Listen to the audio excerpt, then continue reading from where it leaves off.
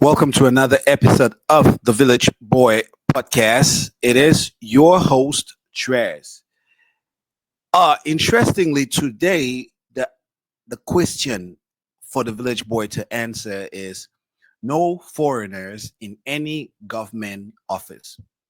The right, the Republicans are saying they don't want any more foreign-born so-called Americans to hold government office. As you could see in the picture, Representative Omar from who was born in Sudan, uh, Jim Jordan here is saying they don't want no more of her type. They had a picture with about 8 Democrats in there. No foreign-born citizens should hold government office. Is this a myopic thinking or is this a bigger problem? Let's try to understand how we got to where we are right now. During the election, President Trump ran as a unifier, as somebody who was going to put America first and all Americans. He did not distinguish which American was naturalized, which American was a birth citizen. There was no distinction. We wanted to make America great again. There was not a distinction of, oh, America great for birth American and not America great for naturalized American. There was no distinction. But the hatred for Omar had always existed, but it never came out publicly to say they don't want foreign born to have government office, to hold government office. We're going to do a series of things here. We're going to do a series of things. Let's go ahead and listen to CNN's take on the big shift in the country currently.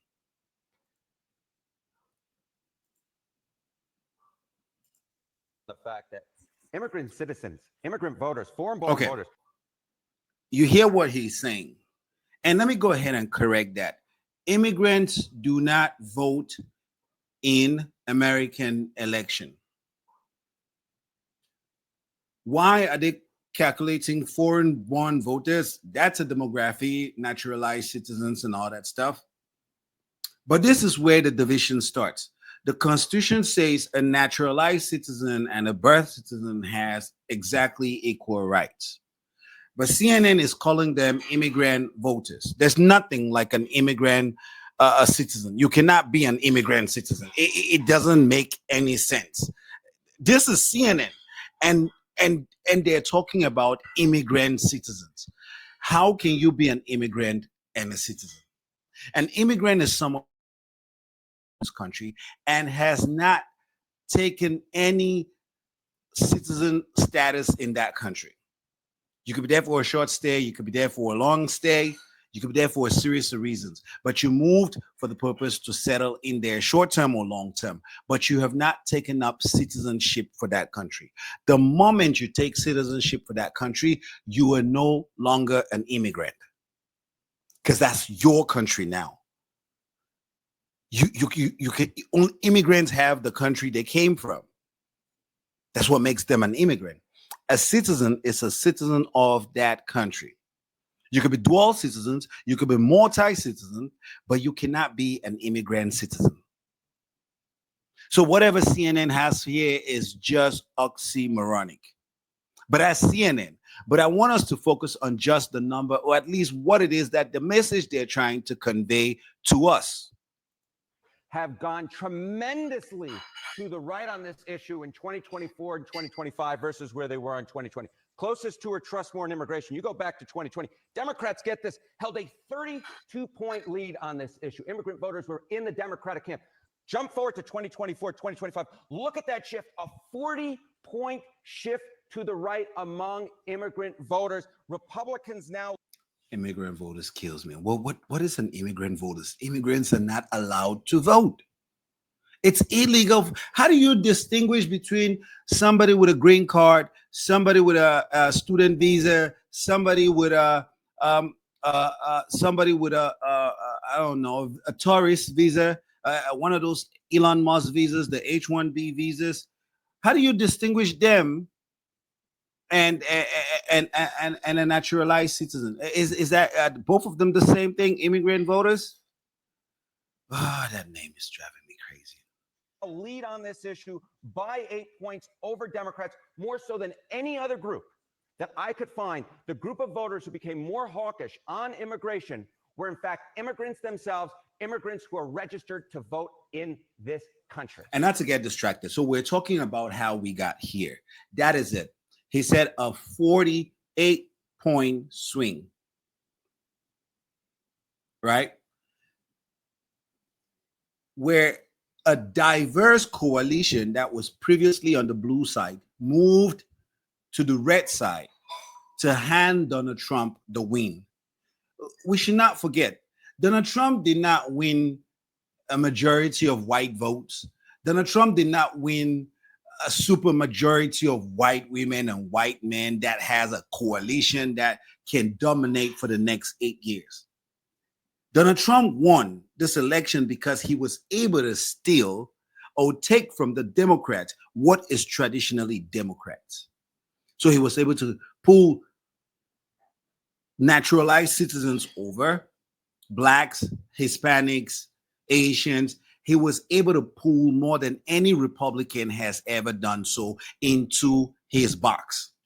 But I have to ask, when you look at the far right right now, the narrative coming from the far right now, talking about they need a white-only America, they need a majority white America, they need an America that is European-based. Are they factoring that coalition that pushed Donald Trump over the edge to get him that win? In Philly, we call it the brotherly shove. It gives you that extra touchdown, that boost at the 1 yard line that you're stuck at. The brotherly shove gets you into the end zone where you get your touchdown. And the NFL is trying to discontinue that. And so when you think about it right now, that the white majority base of the Republican Party is advocating for no more foreign-born people, no more foreign-born citizens in the government, no more birthright citizenship, no more immigration from, as they call it, third world countries. They only want immigration from white South Africa and European countries, Australia, and maybe Japan. They don't want it. And now they're even pushing that they should pause on legal immigration. For those who make the switch, I want to ask this. Is this what you voted for? Are these the promises that Trump made that convinced you that, yes, let's go ahead and vote for Trump? No, it wasn't. Trump promised to build an America for Americans. Not for distinctive Americans, not for natural born Americans, not for adopted Americans, not for Americans born in Navy bases across the world, not for naturalized citizens, and none of this stuff. He promised, and he had a slogan: make America great again. Secure the border and put America back on the map where it can be respected. Ensure that female sports are for female. Ensure that all of this woke stuff was no longer a driving force. But is that what that 40-point switch across to the Republican Party, is that what those voters right now are going to see in 2026? Because the whites are evenly split. There's no super majority. The whites are split on the left and they're split on the right. So you need a coalition that's going to boost you over the line. If you sit and think for a second that you have the majority to win the next presidential election, you're delusional. And I would like to remind the right. I'd like to remind you guys, the left was also radically left. They had gone so far left that it made these people not fit in that group. And that's why they came over to the right. And now the right is going so far right and saying they want a white only America. They don't want immigrants in here. Immigrants must assimilate. Immigrants must speak English and wear American clothing and not act in any kind of way foreign to American soil. And most especially, they're pushing to pass bills that will strip immigrants and naturalized citizens of any possibility to contribute into the government.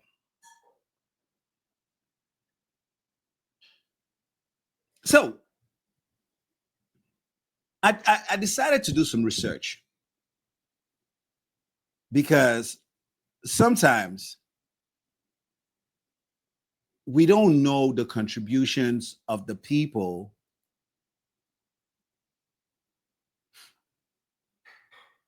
that were not born in America. And I decided to say, you know what? Let's do some research and find out some of the contributions of folks that were not born in America, but that contributed massively and continue to contribute for the sustainability and development of America. Let's start. Alexander Hamilton, born in Nevis, British West Indies, 1975, 1955 or 1957. Back then, it wasn't too sure. He was a founding father and first secretary of the Treasury between 1780. He was born in 1755 or 1757. He was a secretary of the Treasury 1789 to 1795. Hamilton was not born in America. He was foreign born. Hamilton established the U.S. Mint, the first bank of the United States, and a tariff system, which is what Trump is so proud about right now, the tariff system. His Federalist Papers were pivotal in ratifying the Constitution. Naturalized in New York before the 1790 Act, Hamilton's role shows how immigrants were integral to early governance, countering argument for barring naturalized citizens. That's just one. So one of the founding fathers was born in Nevis, which it's an island in the West Indies to this day. The next on my list is Albert Gallatin, born in Switzerland in 1761. He was a Secretary of the Treasury between 1801 and 1814 under Jefferson and Madison. Gallatin reduced the national debt, which is sitting today at 37 trillion, because, of course, funded the Louisiana Purchase and negotiated the Treaty of Ghent, 1814, to end the War of 1812. He also served as a U.S. Senator from Pennsylvania between 1793 and 1794. Naturalized under the 1790 Act, 2 years residency rule, Gallatin exemplifies how early immigrants drove economic and territorial expansion. These are people that were not born in America, that were part of the U.S. government, that affected the U.S. government in ways that continue to affect America to this day. And you have a few knuckleheads on the right who are saying that naturalized citizens should not be part of the U.S. government because they don't like Omar, they don't like a handful of people, and now they need to shut the entire system down. Okay, let's keep going. Madeleine Albright. She was born in Czechoslovakia in 1937. She was the first female Secretary of State between 1997 and 2001 under Bill Clinton. Albright advanced U.S. interests post-Cold War, championing NATO expansion, Balkan intervention, Egypt, Kosovo, human rights. She coined the term indispensable nation for the U.S. Naturalized in 1957, Albright benefited from post-1940 laws removing racial barriers, highlighting the value of diverse perspective in government. And today, folks on the right for whom a diverse group pushed Trump over the edge to win an election are asking that people like Madeleine Albright should not be part of the government. They should not serve in any governmental role. Okay, we keep reading. Eliane Cho. Eliane Cho was born in Taiwan in 1953. She was Secretary of Labor between 2001 to 2001 under George Bush and Secretary of Transportation between 2017 to 2021 under Donald Trump. Cho was the first Asian American woman in a cabinet post. She focused on labor deregulation and infrastructure investment. Naturalized in 1961, Cho's career reflects expanded citizenship eligibility for Asians post 1952, challenging exclusionary proposals. She was in the first Trump administration. And per folks on the right, Cho should never serve in the US government because they hate Ian Omar, they hate Mayorkas, they hate the guy who's running for Namandi, the guy running for mayor in New York. They hate all these people. And because of this handful of people, they are willing to tarnish the reputation of folks that came before them and even founding fathers that were not born in America. But we'll keep going because honesty and keeping it real is what we do on the Villageboy podcast. Andrew Carnegie of the Carnegie Foundation. A steel industry magnate, Carnegie founded the Carnegie Steel Company, which became U.S. Steel, revolutionizing industrial production. His philanthropy funded 2,500 plus public libraries, Carnegie Hall, and educational institutions like Carnegie Mellon University.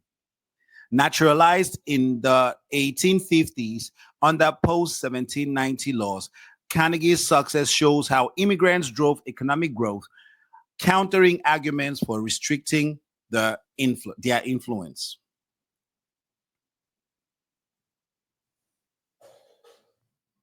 Oh, the great African American Elon Musk, born in South Africa in 1971, founder of Tesla, SpaceX, Neuralink, and the Boring Company. Musk revolutionized electric vehicles, space exploration, and Tesla transformed the auto industry. Musk naturalized in 2002. Musk's contributions highlights the economic benefits of immigrants, entrepreneurs challenging exclusionary policy. Musk also spent close to $250 million of his money to ensure that Donald Trump was elected. Please, if you don't want people like Elon Musk in the government, do not accept his money and do not accept that he contributes economically into a country that he cannot be part of the governmental development of that country. Okay? Don't just take his money and say, but he can't be part of the government. Yes, he cannot be citizen because he cannot be a president because the Constitution specifically says that. But then they don't have a specific exemption for any position else for a naturalized citizen. Sergey Brin, born in the Soviet Union, 1973, co-founder of Google, or the Google where everybody is sitting on to talk about immigrants as naturalized citizens should not be part of the government. Brin developed the search engine that revolutionized information access. Google's parent company Alphabet had a $2 trillion valuation in 2025, driving tech innovation. Naturalized in 1979, Brin's success under post-1952 inclusive laws underscores immigrants' contribution to tech dominance. John Shalikavsky, butchering that name. John Shalikavili, chairman of the Joint Chiefs of Staff between 1993 and 1997 under the Clinton administration. Shalikavili was the highest ranking military officer in the U.S. He oversaw post-Cold War military restructuring, peacekeeping in Bosnia, and NATO integration. Naturalized in 1958 after fleeing Soviet-occupied Georgia, Shalikashvili's rise reflects expanded citizenship post 1952, showing immigrants' critical role in defense.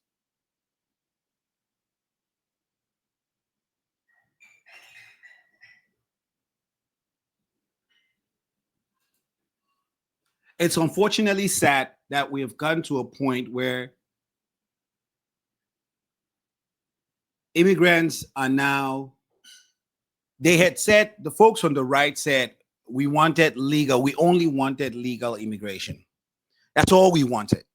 We want people to come here. It's unfair for those who have been on the line. It's unfair for people to cut the line. So all the illegals should go, and we're only going to accept legal immigration. But we're past that. The red line has been crossed. Now the right folks don't even want legal immigration. They don't want no immigration at all, and they don't even want immigrants to hold political office. And there's a vote. The conversation is going deep, and it has 9,700 comments. And why? Because they hate this woman so badly. And so everybody, these are the terrorists, sympathizers. That's what they say, right? No, what's common sense would be to allow the right person who is present, right? So my argument is, if we're going to stop immigrants from running from office, let's stop immigrants from everything. They can't even serve in the military. They shouldn't contribute. They shouldn't be able to develop the economy. How can you develop an economy where you cannot affect it politically? Right? I looked up a study before I jumped on this show. 69% of all RNs in this country, registered nurses in this country, 69% of them are white folks. They didn't break them into gender, but majority would be white women. About 13% are Black, 9% are Hispanic, 9% are Asian.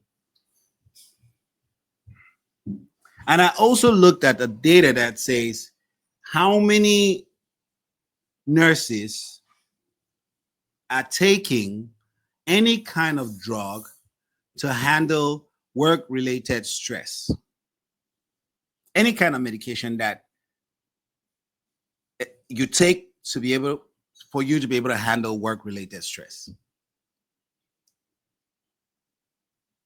And 64% of nurses reported that they take some kind of stress relief medication, some kind of medication that would enable them work in the stressful nursing environment. So if I do deductive reasoning and I say, okay, 69% of nurses are white, 64% of nurses, they didn't break them according to race, take some kind of drug to be able to handle the pressures of the demands of nursing, how crazy that environment can be. That would put roughly about 40 to 50% of white nurses on some kind of drug that enables them to work in stressful conditions. And you don't want immigrants, legal immigrants, when you have about 50% of white nurses, neither male or female, are not able to work in a stressful environment without some kind of medication. So who's going to cover your hospitals? Who's going to cover your nursing homes? who's going to cover your critical emergency without them being on some kind of medication. Not saying it's bad. I'm just saying this is a stressful environment. And if the people who are the majority are not able to handle it, they need a shoulder that when they take time off, some other person needs to step in and cover for them. But you don't want immigrants. You don't want immigrants to serve in the government. You call citizens, immigrant citizens, right? Always referring to them as something other than Americans, a second. And then you want their loyalty, but you're always referring to them and reminding them that, yes, we know you come from somewhere. This is really not your home, but somehow you have to be loyal to us. Because if you're not loyal to us, then you are not going to be part of the government. How are they supposed to be loyal to you if you're constantly reminding them that they come from someplace else? They're citizen immigrants. They're naturalized. They're something other than American. And that's why you have the disloyalty now that you didn't have before, because the right will use folks to vote in an election and win an election and turn around and cut that arm that helped it win an election. The midterms will be around the corner next year. It would be interesting to see what those folks that migrated over do during the midterm. But I'm hoping that the Democrats would have woken up from the sleep, that understand that it was because of them, the Democrats, and how far left they decided to take this country and how toxic they had become. They're still very toxic, but they should be able to see the writing on the wall that the right is also playing with far right politics. America has a way to reset itself. America has a way to reset itself. America would always reset itself. When it goes too far left, it would reset itself. When it goes too far right, it would reset itself. It is going too far right now. And I can guarantee you in 2 years and max in 4 years, America will reset itself. That is a promise I can make to all my listeners, that you don't need to worry. All of their threats of for no more birthright citizens, a white-only America, a white majority America. We want to pause legal immigration right now. We want to pause everything. We only want immigration from Europe and white South Africa and Australia and maybe Japan. It would reset itself in 4 years. In 2 years, the signs of the reset will begin to poke its head. And in 4 years, if the right does not adjust and understand that they're supposed to govern for all America and all Americans, it would reset itself in 2028. It is your host, Shrez, and as usual, stay loyal to the page, stay subscribing, click that like button, click the subscribe button, and put your comments in the comment section so we have an interactive conversation. Thank you, good night, and happy 4th in advance.